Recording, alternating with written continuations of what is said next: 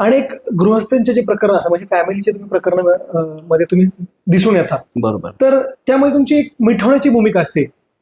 त्याला तुम्हाला ऊर्जा आणि प्रेरणा कुठून मिळाली सर? स्वतःच्या फॅमिलीने.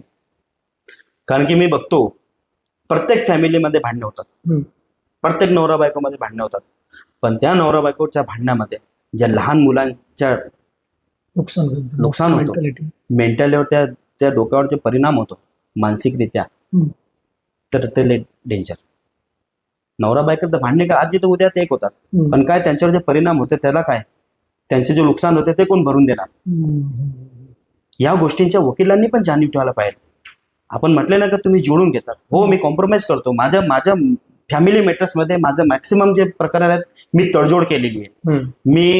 मी डायव्होर्स लवकर होऊ देत नाही. माझे शेवटेपर्यंत माझे प्रयत्न असतात की नवरा बायकोंनी एक व्हावं, प्रकरण मिटवावं, ॲम्बिकेबली सेटलमेंट करावं, मुलांकडे स्वतःसाठी आणि स्वतःच्या मुलांसाठी जगावं.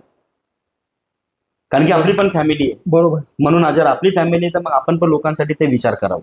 मी कोर्टात बघतो जेव्हा नवरा बायकोंचे भांडणे सुरू होतात तर ते सोबत आहे ना, नवरा बायको ते लहान मुलांना पण आणतात, तर त्यांच्याकडे बघून लय कीव येतं. कशी की त्यांच्यावर लय परिणाम होतो, मानसिक परिणाम, मानसिक आघात होतो. ते विचार करतात का रे मी कुठं आलोय, माझे आई वडील का भांडतायत? तर ह्या गोष्टी आई वडिलांना कळायला पाहिजे.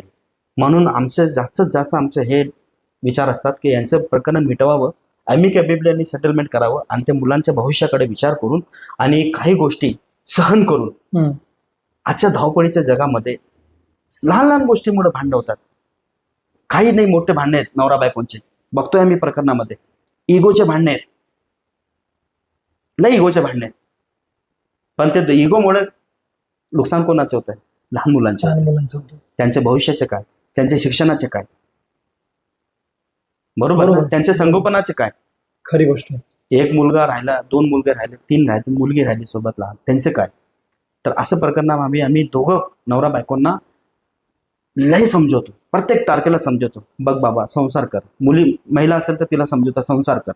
पण कधी आम्ही माझा रेकॉर्ड आपण बघून खावं, माझ्या कुठल्याही प्रकरणात तुम्ही असं माझ्या कुठे दिसणार नाही की मी नवरा बायकोमध्ये भांडण लावून कोर्टामध्ये त्यांचे वादविवाद वाढवून त्यांना वेगळं केलंय, असं कुठं दिसणार नाही. माझे प्रयत्न तर 100% प्रयत्न असतं की वकिलाची जबाबदारी आहे. वकील म्हणजे फक्त लोकांच्या नजरेमध्ये वकील बघितलं का रे पैसे कमवणारा माणूस, परंतु जोपर्यंत त्या व्यक्तीला वकीलची गरज पडत नाही तोपर्यंत त्या वकिलाची त्याला किंमत कळत नाही.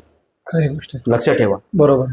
तुम्ही कितीही वकिलाला काही पण बोला, पण जेव्हा तुम्हाला गरज पडते ना तेव्हा तुम्हाला जाणीव होते की आयुष्यात वकिलाचे सोबत होणं किती महत्वाचे आहे. बरोबर.